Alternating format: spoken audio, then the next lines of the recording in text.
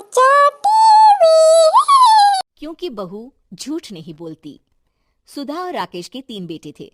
शादी के बाद तीनों माँ बाप से दूर रहते और सिर्फ त्योहारों में आते। माँ जी, पिताजी, अगली बार आप लोग हमारे घर आइएगा। अरे नहीं बहू, सब यही आ जाते हैं तो घर खिला खिला लगता है। हाँ बहू, तू हमेशा बुलाती है तो जरूर आएंगे तेरे पास भी। हाँ हाँ, दीदी का घर बड़ा जो है, सब कुछ आपने शादी के बाद दीदी को ही तो दे दिया था। हमें भी दिया होता तो हम भी बड़ा घर लेते। क्यों सुनील? अरे नहीं नहीं, पापा ने सबको एक बराबर ही दिया है। छोटी बहू, क्या चाहिए तुम्हें, बोलो।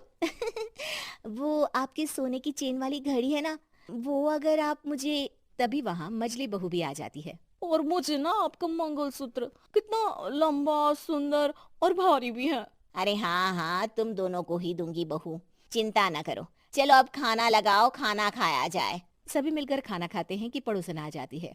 अरे सुधा बहन, थोड़ी चीनी तो देना, घर में शक्कर नहीं है और मेहमान सर पर बैठे हैं। अरे छोटी बहू, चाची को शक्कर तो दे दो।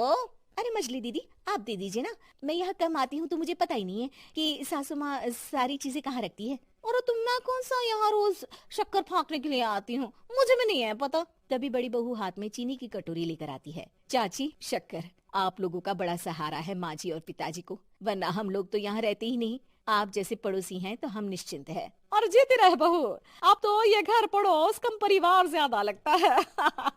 सुधा अपनी बड़ी बहू को देखकर बहुत खुश रहा करती थी। वो उससे अक्सर घंटों बात भी किया करती, लेकिन दोनों दूसरी बहुओं का भी वो समझती थी कि शायद छोटी है, वक्त आने पर संभल जाएंगी। समय आ जाता है जब सभी को वापस जाना होता है।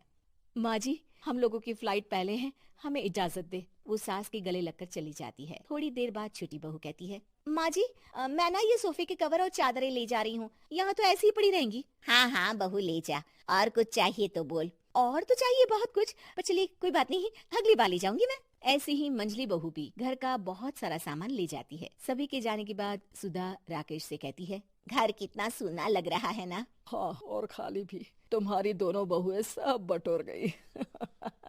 अरे ठीक है ना, हम दोनों ही तो हैं, कितना सामान लगेगा, फिर उन लोगों की नई गृहस्थी, इतना मत सोचा करे। समय बीतता है। ऐसे ही हर साल त्योहारों में सुधा और राकेश के बच्चों की बहू आते और जाते वक्त ढेर सारा सामान पैक कर कर ले जाती। लेकिन कुछ ही सालों में सुधा का देहांत हो जाता है। पिताजी, आप यहाँ अकेले क्या करेंगे, हम लोगों के साथ चलिए। अरे नहीं नहीं बहू, इस घर में सुधा की यादें हैं, मैं उसे नहीं छोड़ सकता हूँ। अब तुम लोगों की माँ नहीं रही। देख लो, वैसे तो मैंने उसके जीते जी सब कुछ दे दिया है, लेकिन कुछ उसका पर्सनल कीमती सामान था जो ये है, ले लो। सामान में होती है एक घड़ी और एक मंगलसूत्र। माँ जी ने कहा था कि वो ये घड़ी मुझे देंगी। हाँ हाँ पिताजी, माँ ने सबके सामने ये घड़ी सरिता को देने के लिए कहा था। उठा लो सरिता माँ की घड़ी। अब क्या था, छोटी बहू फट से घड़ी उठा लेती है। और पिताजी, ये मंगलसूत्र तो माँ ने मुझे ही देने को कहा था, याद है ना? वो सभी की ओर इशारा करती है। तू भी ले ले ये हार बेटा, कोई बात नहीं।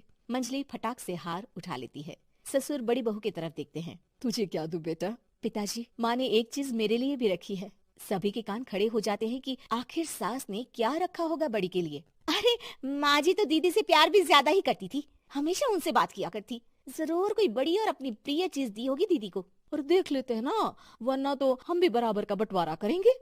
हाँ हाँ, कर लेना बंटवारा। लेकिन बड़ी बहू बताओ तो, सुधा ने क्या रखा है तुम्हारे लिए? अभी तो हम लोग यही हैं पापा जी, जब जाने लगेंगे तो बता दूंगी। बड़ी बहू के मुंह से ये बात सुनकर बाकी 2 बहुएं सोचने लगती हैं कि आखिर क्या है जो दीदी को सासू माँ देकर गई हैं। दीदी, ऐसा तो नहीं ना कि पूरे घर का आधा हिस्सा माँ बड़ी भाभी को देकर गई हो? तभी वहाँ ससुर आ जाते हैं। नहीं नहीं, ऐसा कुछ नहीं है। मकान तो तुम तीनों का बराबर से है। देखो, बड़ी बहू से तुम्हारी सास ज्यादा जुड़ी थी, न जाने क्यों घंटों बात किया करती थी। पता नहीं क्या देकर गई है उसे। और ससुर जी, आपको क्या पता, चालाकी से पूरे घर के पेपर में साइन करवा लिए हो, या फिर कोई छुपा गहना।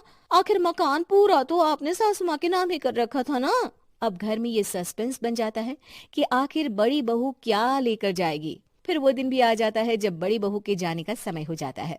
बेटा, परसों तुम चली जाओगी, बताया नहीं माँ ने तुम्हें क्या दिया? घड़ी और हार जो बेशकीमती था और तुम्हारी सास को सबसे ज्यादा प्रिय था, उसका तो बंटवारा भी हो चुका है। अब तुम्हारी बारी। हाँ पिताजी, आज मैं ये बात बताने ही वाली थी। माँ ने मुझे उससे भी बेशकीमती चीज दी है, और वो है आप। आपसे अधिक प्रिय उन्हें कुछ नहीं था। माँ चाहती थी कि आप मेरे साथ रहें। चलिए पिताजी, बेटा, मेरे पास तो कोई पेंशन भी नहीं है और ना ही कोई प्रॉपर्टी। लेकिन आपके पास संस्कार है पिताजी, जो मेरे बच्चे आपसे लेंगे, तो आपको ले जाने पर स्वार्थ ही है मेरा। चलिए ना पापा।